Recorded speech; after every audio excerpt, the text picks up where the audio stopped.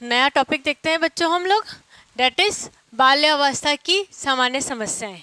वैसे अगर किसी पेरेंट्स से पूछा जाए कि क्या बच्चों की समस्याएं आती हैं, तो हमेशा पेरेंट्स यही कहेंगे छोटे बच्चों की छोटी समस्याएं, बड़े बच्चों की बड़ी समस्याएं। यानी पेरेंट्स के लिए बच्चों के लिए के सामने कुछ न कुछ समस्याएं रहती हैं अमृता जिंदगी। यदि पेरेंट्स और बच्चों का लगाव है तो पूरी जिंदगी कोई ना कोई समस्या रहती है। पर हम इस समय इस टॉपिक पे देखेंगे कि बाल्यावस्था की क्या क्या समस्याएं रहती हैं। तो बाल्यावस्था में सबसे प्रथम देखते हैं अंगूठा चूसने की समस्या।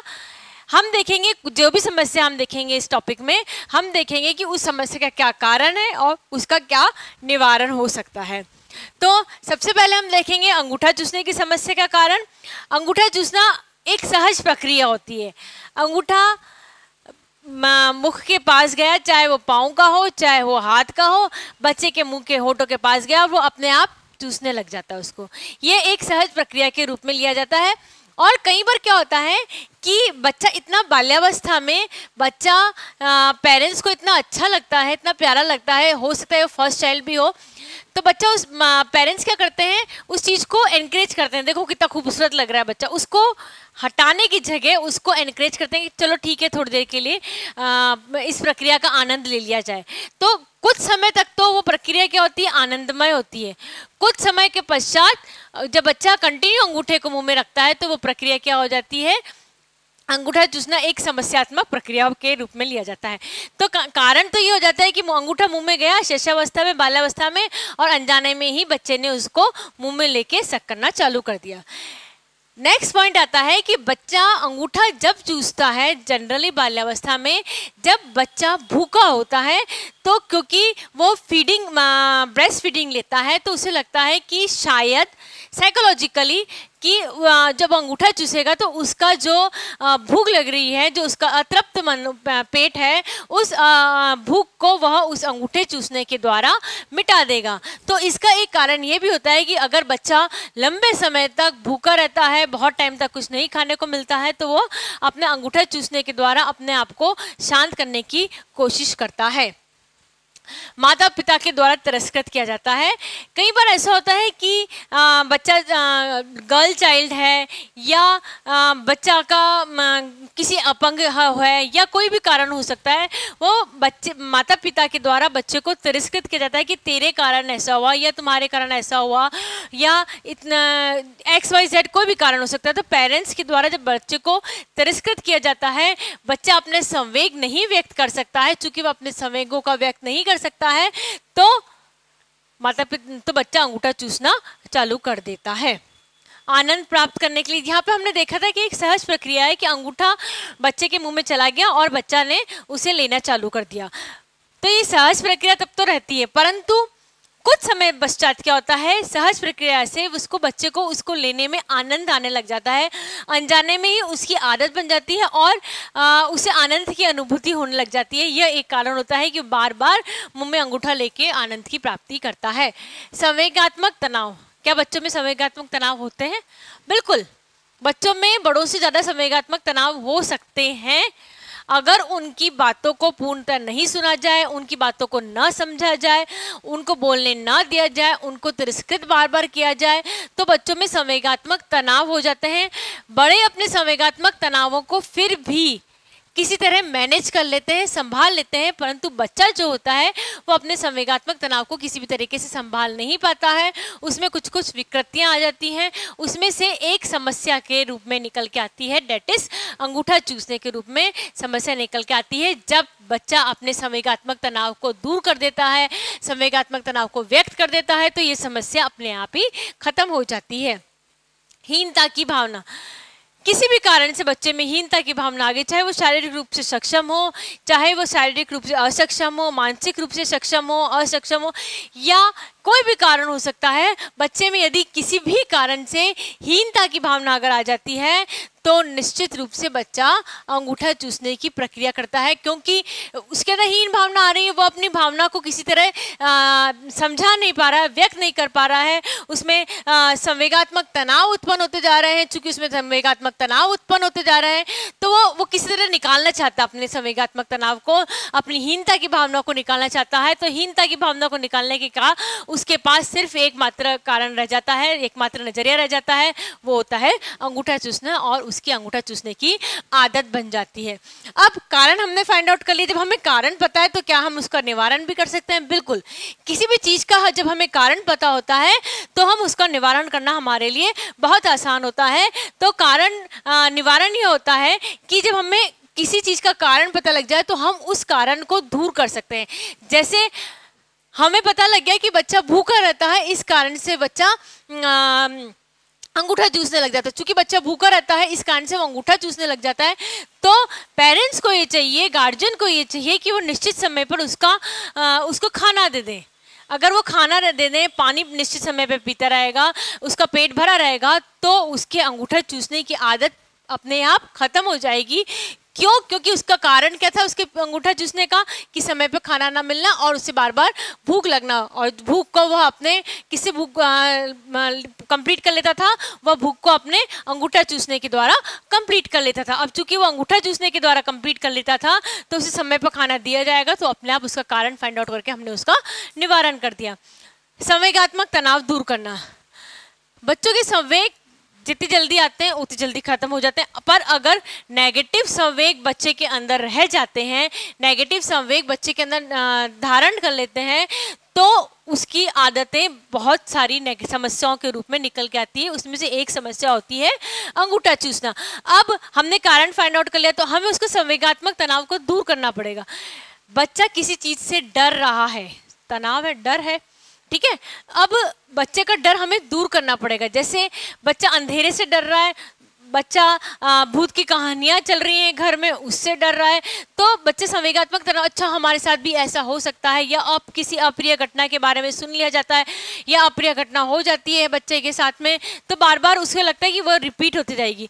तो पेरेंट्स को ये चाहिए, गार्जियन को ये चाहिए कि बच्चे के साथ में मिलजुल के बात करें, और उसका अगर संवेगात्मक तनाव निकल के आ रहा है, समझ में आ रहा है पेरेंट्स को कि हाँ इस बच्चे को यह संवेगात्मक तनाव है, तो उस संवेगात्मक तनाव को दूर कर देना चाहिए, जिससे बच्चे की अंगूठा चूसने की समस्या दूर हो सकती है।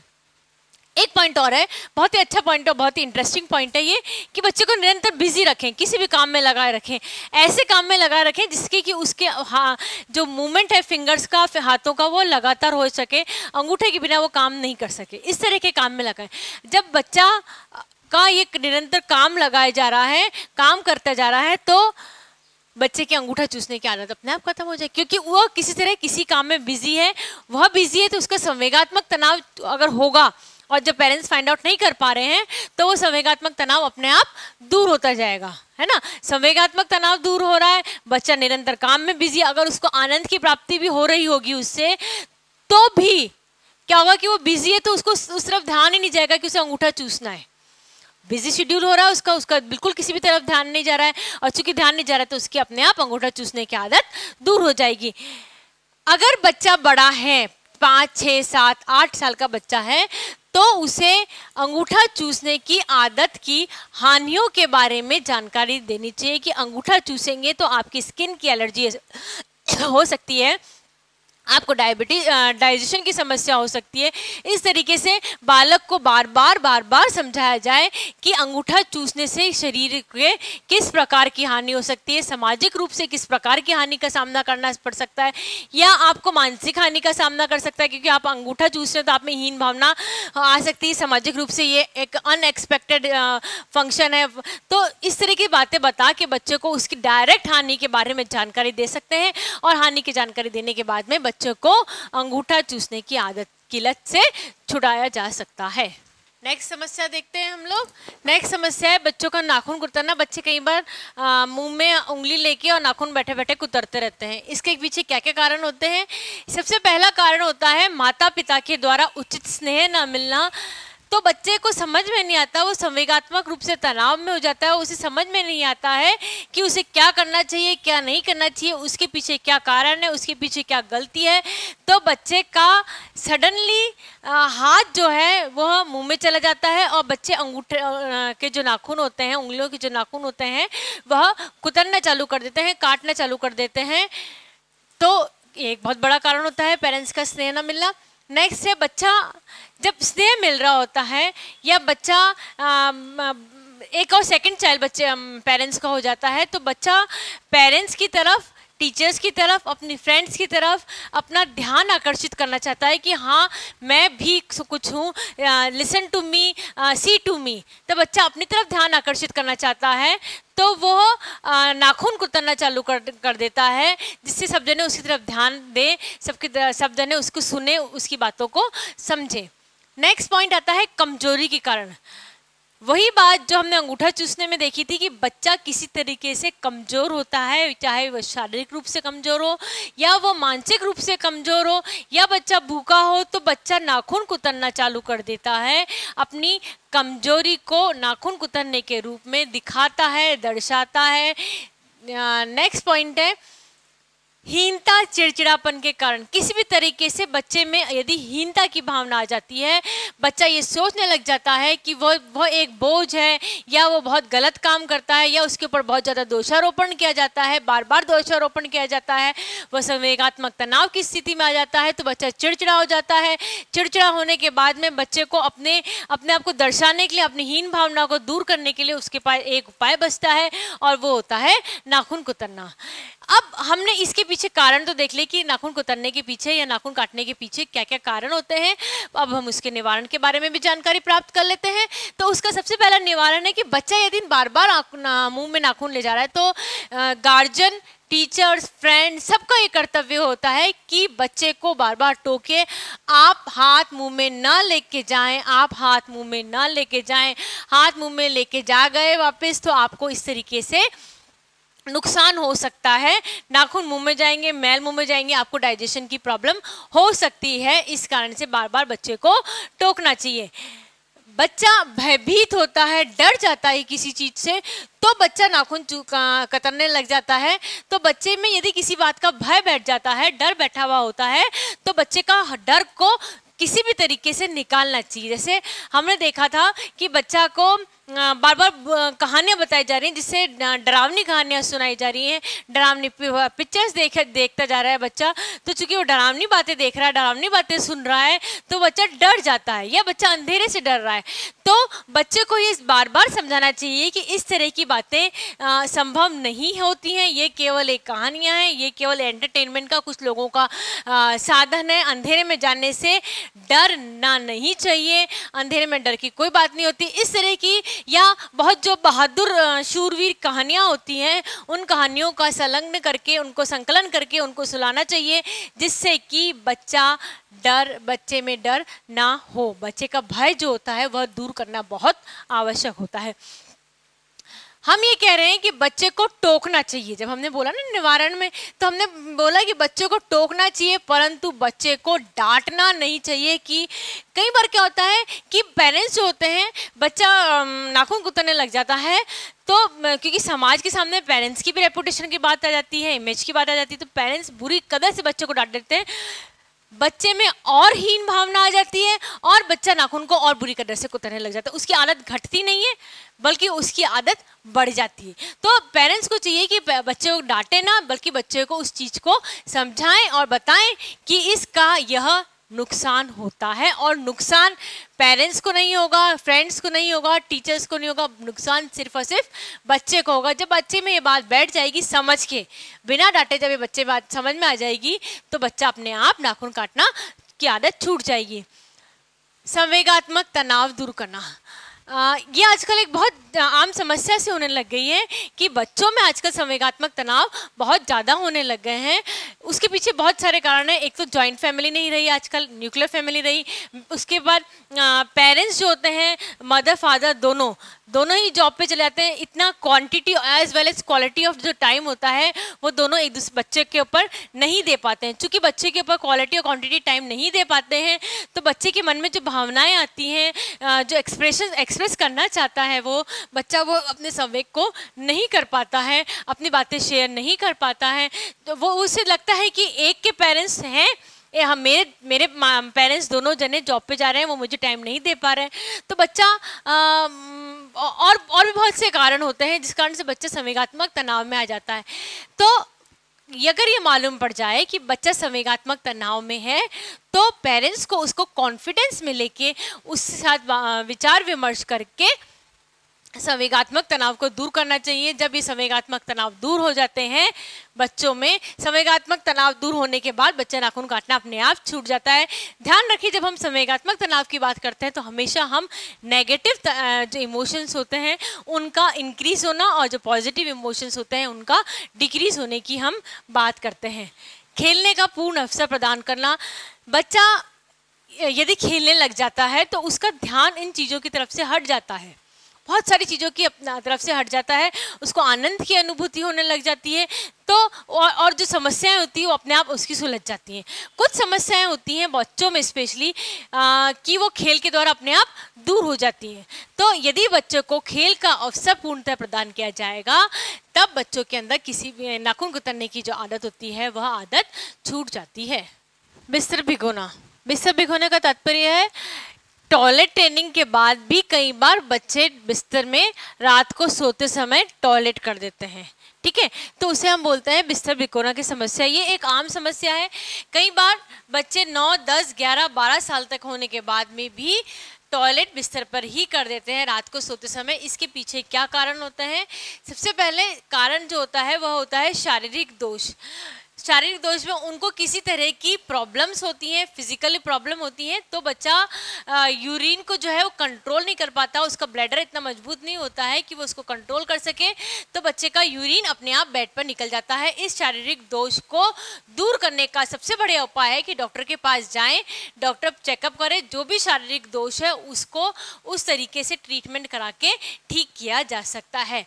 परंतु यदि शारीरिक दोष नहीं है तो ये निश्चित रूप से मानसिक दोष है और बिस्तर गीला करने की समस्या संवेगात्मक तनाव के कारण ही होती है, इसके अलावा कोई समस्या नहीं होती है। संवेगात्मक तनाव यदि बच्चे के अंदर है, वह अपने संवेगों को किसी तरह निकाल नहीं पाता है, किसी तरह जागृत बता नहीं पाता है, एक्सप्रेस नहीं कर पाता है, तो बच्चा संवेगात्मक तनाव में रहता है। और अगर बच्चा संवेगात्मक तनाव में है तो वह निंद्रा में रात को सोते समय बिस्तर पे ही टॉयलेट कर देता है। ये समस्या 10 साल तक, 11 साल तक, 12 साल तक के बच्चों को भी कई बार देखने में आती है।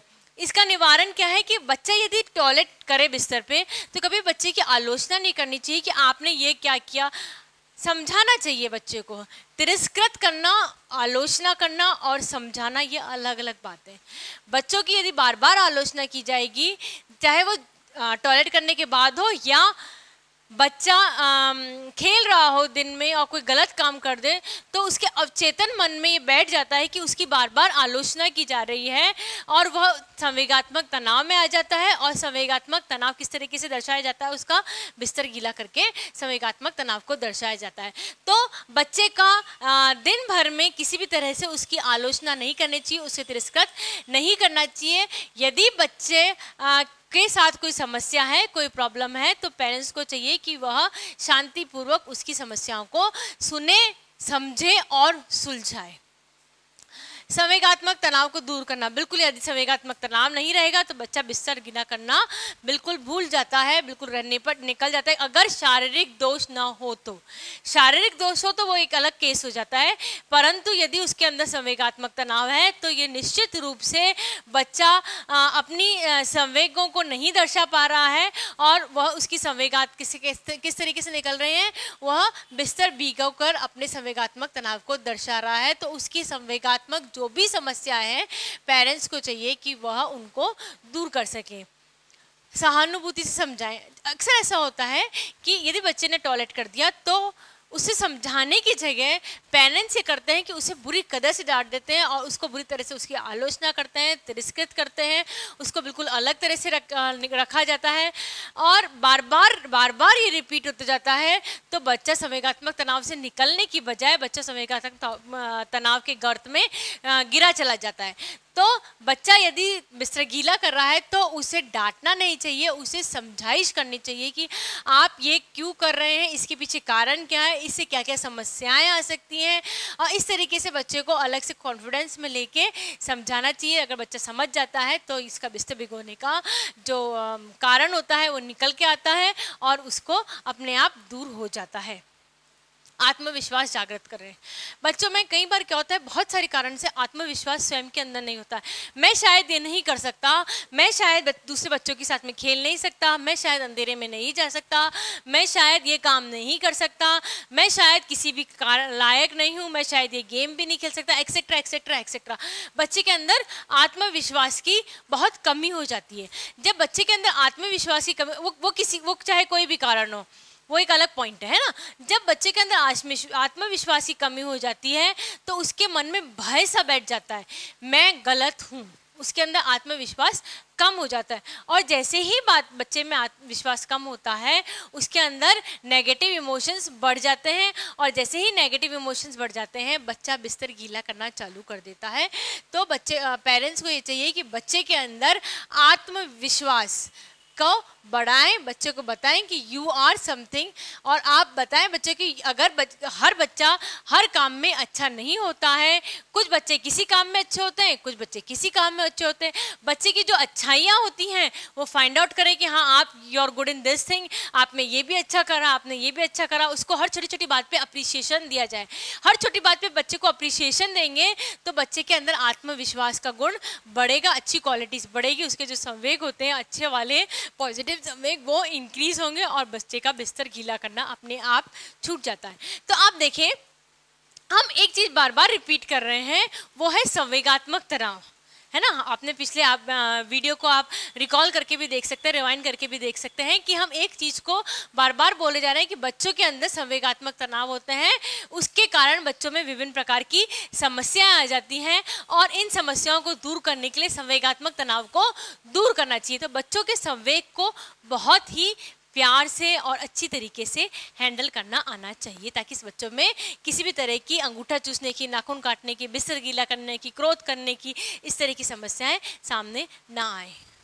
नेक्स्ट बच्चों की समस्या देखते हैं, बच्चे की लज्जालु प्रवृत्ति होना, यानी कि बच्चे का बार बार शर्माना, बहुत ज़्यादा एक्सट्रीम में शर्माना। यदि बच्चा एक लिमिट तक शर्माता है तो बहुत ही अच्छा लगता है, परंतु बच्चा अगर बहुत ज़्यादा लज्जालु प्रवृत्ति का होता है तो वो एक उसकी समस्या होती है। तो बच्चे की लज्जालु प्रवृत्ति का कारण क्या है? उसका दुर्बल स्वास्थ्य। बच्चा बार बार किसी भी तरीके से बीमार हो रहा है, उसका स्वास्थ्य अच्छा नहीं रह रहा है, तो बच्चा लज्जालु प्रवृत्ति का बन जाता है कि उसे मन में लगने लग जाता है कि मेरी तबीयत खराब है, मैं बीमार हूँ। इस कारण से बच्चा लज्जालु प्रवृत्ति का हो जाता है। माता पिता के द्वारा उपेक्षा, माता पिता के द्वारा यदि बच्चे की बार बार उपेक्षा की जाती है, बार बार उसको तिरस्कृत किया जाता है, तो बच्चा निश्चित रूप से कोई समस्या लेके आ जाता है। और उसकी समस्याओं में एक समस्या ये भी हो जाती है कि वह बच्चा लज्जालु प्रवृत्ति को हो जाता है, वो किसी से बात करने से कतराने लग जाता है, वो किसी के सामने आने से कतराने लग जाता है, उसके मन में ये डर लग जाता है, बैठ जाता है कि यदि वह किसी के सामने गया तो उसके जो पेरेंट्स हैं, जो उसके सबसे नज़दीक होते हैं, वो उसे तिरस्कृत करेंगे, उसकी उपेक्षा करेंगे। ठीक है, नहीं आ रहा कोई बात नहीं, इस तरीके से पेरेंट्स कह देंगे तो बच्चा और अपने कमरे के अंदर चला जाता है और ज़्यादा लज्जालु प्रवृत्ति का बन जाता है।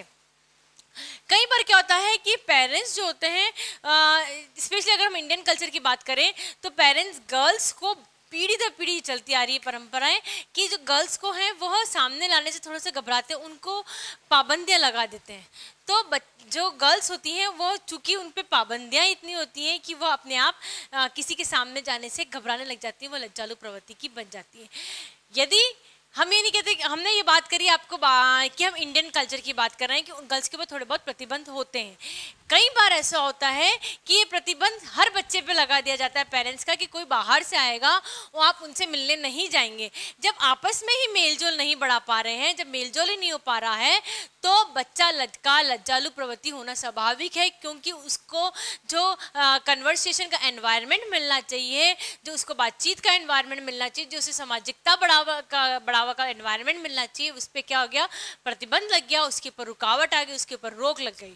अब चूंकि उसके ऊपर रोक लग गई है तो बच्चे का एक्सट्रीम अवस्था में लज्जालु प्रवृत्ति का होना स्वाभाविक हो जाता है।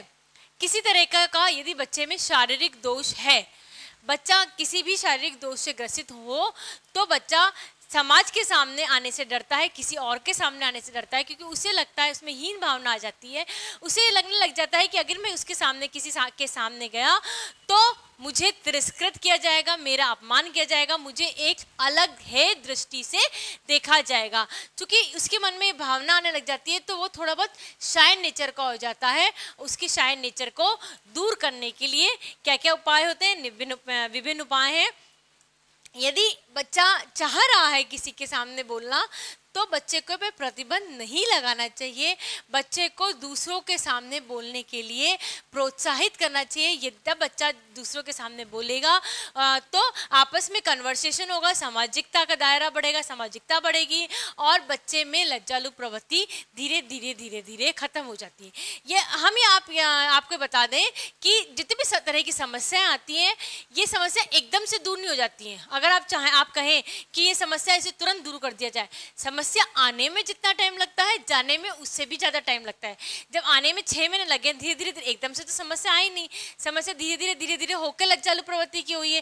तो जितना देर समस्या को आने में लगा है, उतनी समस्या को निवारण में भी उतना टाइम लगेगा, बशर्त आप समस्या का कारण फाइंड आउट कर सकें। तो यदि अगर बच्चा लज्जालु प्रवृत्ति का है, तो निश्चित रूप से ये होना चाहिए कि पेरेंट्स को समाज के सामने बच्चे के कन्वर्सेशन में प्रोत्साहन देना चाहिए। यदि बच्चा कोई बात कह रहा है, ठीक है, तो उसकी बात में कभी भी काटना नहीं चाहिए, स्पेशली किसी और पर्सन के सामने। फैमिली कन्वर्सेशन चल रहा होता है तो बट ऑब्वियस एक दूसरे की बात काट सकते हैं आप लोग, परंतु अगर बच्चा समाज के किसी सदस्य के साथ में, अपने पीयर ग्रुप के साथ में बातचीत कर रहा है और पेरेंट्स सुन रहे होते हैं या कोई बड़ा व्यक्ति सुन रहा होता है, तो उसकी बात को कभी भी काटना नहीं चाहिए। वो जैसे बोल रहा है, जो उसके संवेग हैं, जिस तरह की उसकी भाषा है, उस भाषा में बच्चे को बोलने देना चाहिए, उसकी बात को नहीं काटना चाहिए। बार बार अगर बच्चे की बात को काट दिया जाता है तो बच्चा का लज्जालु प्रवृत्ति का होना स्वाभाविक हो जाता है। बच्चों की दूसरों के सामने प्रशंसा करें। प्रशंसा किसको नहीं भाती? यदि आज आपकी प्रशंसा की जाए, आपको बहुत अच्छा लगेगा, मन प्रफुल्लित हो जाएगा, मन उत्साहित हो जाएगा, काम करने की ताकत बढ़ जाती है।